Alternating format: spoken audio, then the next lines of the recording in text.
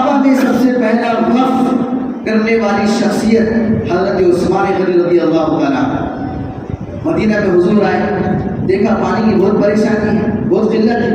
آج بھی ہم دیہاتوں کا سروا کریں، بازار کریں، وہاں دیکھیں لوگ پریشان ہوتے ہیں پانی کے لیے، صدقہ کر سکتے ہیں. فرمایا اللہ کے نبی صلی اللہ علیہ وسلم نے، دیکھو اس یہودی کے پاس پانی کا چشمہ ہے، کنواں ہے، میٹھا پانی ہے، اور دیکھا لوگ روز جا جا کے پانی خرید کر پیتے ہیں. تو حضور نے فرمایا صحابہ کے درمیان کون ہے وہ شخص جو اس یہودی سے کنویں کو خریدے اور اس کے بدلے میں وعدہ کرتا ہوں کہ اس کو جنت میں ایک مشرب ملے، یعنی کنواں ملے گا جنت میں، اور اس کے کنویں سے جنتی لوگ پانی پیے. تو حضرت عثمان رضی اللہ تعالیٰ نے یہ روایت اور یہ بات حضور سے سنی، فوراً مجھے اس یہودی کے پاس گیا، فرمایا کہ تم اپنا کنواں کتنے میں فروخت کرنا چاہتے ہو؟ تو انہوں نے، اس یہودی نے کہا کہ میں تم کو پورا کنواں تو نہیں بیچ سکتا، ہاں یہ کر سکتا ہوں آدھا کنواں بیچ سکتا ہوں. آدھا کنواں مطلب یہ کہ ایک دن اس کا تم استعمال کرو گے، ایک دن میں استعمال کروں گا. چنانچہ 1000 دینار میں حضرت عثمان غنی رضی اللہ تعالیٰ عنہ نے وہ کنواں اس سے خریدا، اور خرید کر جنت کے اس مشرب کے مطالبے میں، بدلے میں، معاوضے میں اس کنویں کو مسلمانوں کے استعمال کے لیے وقف کر دیا. چنانچہ ایک دن پورے مسلمان اس کنویں سے فائدہ اٹھاتے اور اتنا پانی جمع کر لیتے کہ 2 دن کے واسطے وہ پانی کام آ جائے، 2 دن کے لیے کام آ جائے. چنانچہ یہودی کا دن آتا تو کوئی پانی خریدنے والا موجود ہی نہ ہوتا اس کے پاس. تو پھر اس نے کہا کہ ٹھیک ہے میں پورا کنواں تم کو بیچنا چاہتا ہوں. تو اس کا آدھا حصہ اس نے 80,000 دینار میں حضرت عثمان کو فروخت کر دیا. یہ بیر روما، یہ کنویں کا نام ہے. بیر کہتے ہیں کنویں کو، روما کہتے ہیں نام ہے اس کا، بیر روما. اس کنویں کو حضرت عثمان غنی رضی اللہ تعالیٰ عنہ نے وقف کر دیا. اسی طریقے سے اور آگے چلیں، ایک صحابی ان کی والدہ کا انتقال ہوا، وہ موجود نہ تھے.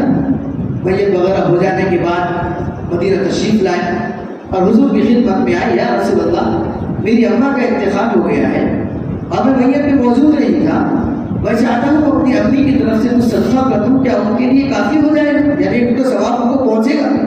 تو حضور نے فرمایا بالکل پہنچے گا. تو صحابی نے فرمایا یا رسول اللہ صلی اللہ علیہ وسلم میرا ایک باغ ہے، آپ گواہ رہیے میں نے اس باغ کو اللہ کے لیے وقف کر دیا. اسی طریقے سے جب قرآن کریم کی آیت نازل کی لن تنالوا البر حتى تنفقوا مما تحبون، کہ تم نیکی کے کمال کو اس وقت تک نہیں پہنچ سکتے جب تک کہ تم اپنی محبوب چیز اللہ کی راہ میں خرچ نہ کرو. تو صحابہ ایمان کے کمال درجے کو پہنچنے کا شغف اور ذوق ان کے اندر موجود تھا. تو ایک صحابی حضرت ابو طلحہ انصاری رضی اللہ تعالیٰ عنہ نے جب یہ آیت سنی تو دوڑتے ہوئے حضور کی خدمت میں آئے، اور ان کا ایک باغ مسجد نبوی کے سامنے تھا. ایسا باغ تھا کہ اس باغ کی مثال پورے مدینہ میں موجود نہ تھی. ایسا باغ، اور ایسا باغ تھا کہ دوسروں کے باغ سال میں 1 مرتبہ پھل دیتے تھے، لیکن حضرت ابو طلحہ انصاری رضی اللہ تعالیٰ کا باغ سال میں 2 مرتبہ پھل دیتا. ایسا باغ تھا کہ اس باغ میں پانی کا میٹھا چشمہ موجود تھا. ایسا میٹھا پانی اس باغ میں موجود تھا کنویں کا، کسی اور باغ میں موجود نہ تھا. بتاؤ کتنی محبوب چیز ہو. مسجد نبوی کے ساتھ ایک دم فرنٹ پہ ہوتے ہیں، چوک پہ گھر ہے، فرنٹ پہ ہے، 2 روڈ ہے اور لوکیشن بہت بھاری ہے. ایسا باغ بہت محبوب باغ. حضور کی خدمت میں آئے، فرمایا یا رسول اللہ آج اللہ کی طرف سے آیت نازل ہوئی کہ اپنی محبوب چیز جب تک وقف نہ کر دو گے اللہ کی راہ میں تب تک تم کمال ایمان تک نہیں پہنچ سکتے، کمال نیکی تک نہیں پہنچ سکتے. یا رسول اللہ میں چاہتا ہوں میں اس باغ کو اللہ کی راہ میں وقف کر دوں. کس پر خرچ کروں بتائیے؟ اللہ کے رسول صلی اللہ علیہ وسلم نے فرمایا اچھا میرا مشورہ ہے کہ تم اپنے اس باغ کو اپنے اعزاء اقربا رشتہ داروں پر وقف کر دو. چنانچہ انہوں نے اپنے باغ کو رشتہ داروں پر اور بھائیوں پر، اقربا پر وقف کر دیا. یہ مثالیں ہیں، ہزاروں مثالیں. آپ دیکھ لیے نہر زلیخا موجود ہے. زلیخا ہارون رشید، خلیفہ ہارون رشید کی بیوی نے نہر تعمیر کروائی اور اس کا پانی پہنچایا، وقف کر دیا. ہزاروں میل کی نہر آج بھی موجود ہے عربستان میں. پانی کی قلت موجود تھی، میٹھے پانی کی نہر. بے شمار وقف کی احادیث، وقف کی روایات، احادیث و واقعات کتاب و سنت میں تواریخ میں موجود ہے. حضرت عثمان نے وقف کیا، حضرت علی نے وقف کیا۔ وقف یہ اللہ کی ملکیت ہوتی ہے۔ وقف میں کسی کا تصرف ہرگز جائز نہیں ہے، ہرگز جائز نہیں ہے۔ اب ہمارا جائزہ ہے، ہندوستان کا جائزہ ہے۔ ہندوستان میں بے شمار جائیداد وقف کی موجود ہے، بے شمار جائیداد۔ ایک تو مساجد کی شکل میں تو وہ تو ہے ہی جو مسلمانوں کے استعمال میں، اور بعض جگہ ایسی ہے جو مسجدوں کے نام پر گزشتہ زمانوں کے بادشاہوں نے وقف کی ہوئی ہے۔ کیوں؟ اس لیے کہ چیز وقف کرنے سے فائدہ حکومت کا بھی ہے۔ کیا فائدہ حکومت کا؟ اب بتائیے کہ لوگوں کو عبادت ادا کرنے کے لیے جگہ فراہم کر کے دینا کس کی ذمہ داری ہے؟ حکومت کی ہے۔ لوگوں کو علاج کے لیے ہاسپٹل دواخانے بنا کر دینا کس کی ذمہ داری ہے؟ حکومت کی ہے۔ لوگوں کو کاروبار کرنے کے لیے مارکیٹ فراہم کرنا کس کی ذمہ داری ہے؟ حکومت کی ہے۔ پھر وہ عبادت گاہ ہے، وہ دواخانے، ہاسپٹل اور اس کے علاوہ دیگر اشیاء، ان کی مینٹیننس ادا کرنا یہ حکومت کی ذمہ داری ہے۔ لیکن گزشتہ بادشاہ جو گزرے ہیں، چاہے وہ ہندو ہو مسلمان ہو، انہوں نے ملت کے عام فائدے کے لیے وقف کو رواج کیا۔ وقف کو رواج ہزاروں زمینیں، ہزاروں جائیداد مسلمانوں کی موجود ہے۔ المیہ کیا ہے؟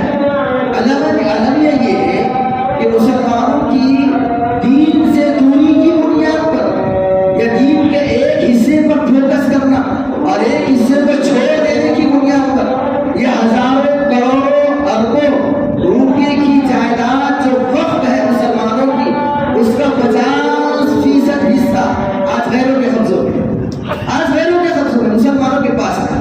ایک المیہ یہ۔ دوسرا المیہ آپ کو بتاؤں، آج بھی ہم اپنے شہر کی بات کریں، آج بھی ہمارے شہر پربھنی میں، ضلع پربھنی میں ہزاروں ایکڑ زمین وقف کی موجود ہے، لیکن اس پر ناجائز قبضہ جات غیروں کے نہیں ہے، مسلمانوں کے۔ آپ دیکھ لیجئے، سروے کر لیجئے، پربھنی کا سروے کر لیجئے، کبھی دیکھ لیجئے کہ قبرستان وہ وقف ہوتا ہے، اللہ کی ملکیت ہوتا ہے، قبرستان پر ناجائز قبضہ جات کس کے ہیں؟ مسلمانوں کے۔ آپ دیکھ لیجئے کئی مساجد ہمارے شہر میں ایسی ہیں جس کو لگ کر وقف کی مسجدیں ہیں۔ دیکھو وقف کی مسجدیں مطلب اس کا اجراء وقف ہے، ورنہ تو شرعی اصطلاح میں ہر مسجد وقف ہے، ہر مسجد وقف اللہ کی ملکیت ہے، چاہے اس کو اوقاف کا نام دو یا نہ دو۔ ایسی مساجد موجود ہیں جس کی باؤنڈری وال پر ہزاروں دکانیں موجود ہیں، لیکن آج بھی حرام خور اور حرام لقمہ کھانے والے لوگ اس مسجد کے دکانوں کا استعمال کر کے صرف 500 اور 1000 روپے مہینہ کرایہ مسجد کو دے رہے ہیں۔ یہ حرام ہے، یہ حرام لقمہ ہے، اللہ کی ملکیت ہے، اس کا ناجائز استعمال ہے۔ بتائیے المیہ ہے مسلمانوں کا، یہ المیہ ہے۔ قبرستان کی زمین پر ناجائز قبضے دار، عیدگاہوں کی زمین پر ناجائز قبضے دار، کئی مساجد ایسے ہیں جن کے اوقاف کی زمینیں ہیں لیکن اس کے نگہداشت کی کوئی جو ہے ترتیب نہیں، کوئی نظام نہیں۔ ان حالات کی وجہ سے مسلمان کو کس کا بنا ہوئے، کس کا قبضہ جاتے ہیں؟ آپ ابھی تو کس نے قبضہ نہیں کیا، سب مسلمانوں کے قبضے ہیں، جس کا کوئی استعمال نہیں۔ آج بھی اگر وقت کا صحیح استعمال ہو ہندوستان میں کروڑوں ایکڑ زمینیں ہیں، کروڑوں اربوں کی جائیداد، اگر اس کا صحیح استعمال ہو وقت کا تو کوئی مسلمان کو آرکشن کے واسطے دھرنے پہ بیٹھنے کی ضرورت نہیں رہے، سب مسائل ہو جائے۔ مسلمانوں کے لیے ہاسپٹل قائم ہو جائے، ان کی اپنی جائیدادیں ہیں، ان کے آباء و اجداد نے وقف کر دی ہے، وہ اللہ کی ملکیت ہے، اس سے ہم فائدہ اٹھا سکتے ہیں۔ کروڑوں کی زمین ہے، غریبوں کا فائدہ، یتیموں کا فائدہ، بیواؤں کا فائدہ، ہاسپٹل کی شکل میں، کنووں کی شکل میں اور کیا کا ذرائع کی شکل میں کیا جا سکتا ہے۔ لیکن ہماری سستی، ہماری کاہلی، ہماری لاپرواہی یا ہمارے دین سے دوری یا وقت کی شرعی اہمیت اور شرعی فریضہ نہ سمجھنے کا جو روگ ہم کو لگا ہوا ہے، اس کی وجہ سے آج کئی سالوں کے بعد یہ جو حکومت ہے، موجودہ حکومت وہ یہ چاہتی ہے کہ مسلمانوں کی اوقاف کی زمینوں میں جائیداد میں مداخلت کی جائے.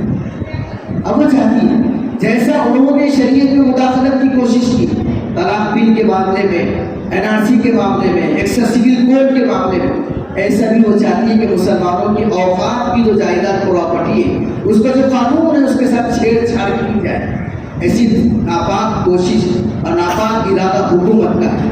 ایسے وقت میں آل انڈیا مسلم پرسنل لا بورڈ جو پوری ملت اسلامیہ ہندوستان کی ایک کل جماعتی تنظیم ہے, ان کی طرف سے یہ اعلان پورے ہندوستان میں کیا گیا ہے.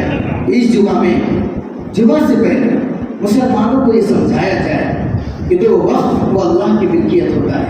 جیسا مسجد اللہ کی ملکیت ہے, جیسا مدرسہ اللہ کی ملکیت ہے. لوگ مدرسہ بھی بیچ رہے ہیں, مدرسہ بیچ رہے ہیں, بیچ کر چلے جا رہے ہیں, کسی کو کوئی احساس نہیں, کوئی آئے بیچ دے چلے جائے, کس کی ملکیت. جیسا ہم مسجد کے ساتھ چھیڑ چھاڑ کو برداشت نہیں کرتے, اب نہیں کر سکتے, قیامت تک نہیں کر سکتے. وشال گڑھ کا معاملہ ہم نے دیکھ لیا, بابری مسجد کا معاملہ ہم نے دیکھ لیا. کیوں لڑا گیا بابری مسجد کے معاملے میں, کیوں روڈ پر نکلا گیا وشال گڑھ کے معاملے میں, کیوں اس لیے نکلا گیا کہ ہمارا عقیدہ ہے کہ وقف وہ اللہ کی ملکیت ہوتا ہے, اور اللہ کی ملکیت کے ساتھ چھیڑ چھاڑ مسلمان کسی بھی صورت میں برداشت نہیں کر سکتا. تو جیسے مسجد یہ اللہ کی ملکیت ہوتی ہے وقف ہونے کی وجہ سے, ایسا جتنی بھی جائیداد چاہے وہ قبرستان کی شکل میں ہو, چاہے عیدگاہ کی شکل میں ہو, چاہے مسجدوں کے نام پر کی جانے والی اوقاف کی جائیداد ہو, وہ سب کی سب اللہ کی ملکیت ہے. اور مسلمان اللہ کی ملکیت کے ساتھ چھیڑ چھاڑ کو ہرگز برداشت نہیں کر سکتا, نہیں کر سکتا. تو جب بھی ہندوستان میں ہمارے جیتے جی اگر کوئی ایسا قانون لانے کی کوشش کی جائے کہ جس سے اللہ کی ملکیت کے ساتھ چھیڑ چھاڑ کیا جا رہا ہو, تو ہم اپنا شرعی فریضہ سمجھ کر اس کا دفاع کریں گے, اس کا مقابلہ کریں گے, اور یہ بنانے کی کوشش کریں گے کہ دیکھو یہ اوقاف اس صرف محض پراپرٹی نہیں ہے, یہ ہماری شریعت کا اٹوٹ حصہ ہے. چاہے آج ہمارے مسلمان بھائی جہالت کی وجہ سے اس کے ساتھ ناانصافی کا معاملہ کر رہے ہیں, لیکن وہ آج نہیں تو کل سدھر جائیں گے. لیکن ہم یہ ہرگز برداشت نہیں کریں گے کہ کوئی دوسرا آ کر کے مسلمانوں کی اوقاف کی جائیداد کو قانونی اعتبار سے نقصان پہنچائے, اوقاف کو ختم کر دے, مسلمانوں کی جائیداد کو ختم کر دے. آج نہیں تو کل وہ جائیداد ہمارے بالکل کام ہے, اس کا صحیح استعمال ہو سکتا ہے. اس لیے آج کے اس جمعہ میں آپ حضرات کے ذہن میں رکھیں اوقاف یہ اللہ کی ملکیت ہے, اوقاف اللہ کی ملکیت ہے, اور اس ملکیت کی حفاظت ہر لمحہ ہر گھڑی مسلمان کے لیے کرنا یہ اس کا شرعی فریضہ ہے. ہم کریں گے, آج تک نہیں کریں گے, آئندہ کریں گے, قیامت تک کرتے رہیں گے. اسے باتیں میں نے آپ کے سامنے رکھی. اللہ سے دعا ہے کہ اللہ ہم سب کو اوقاف کی شرعی حیثیت کو سمجھنے اور اس کی حفاظت کے لیے ہم سب کو قبول فرمائے.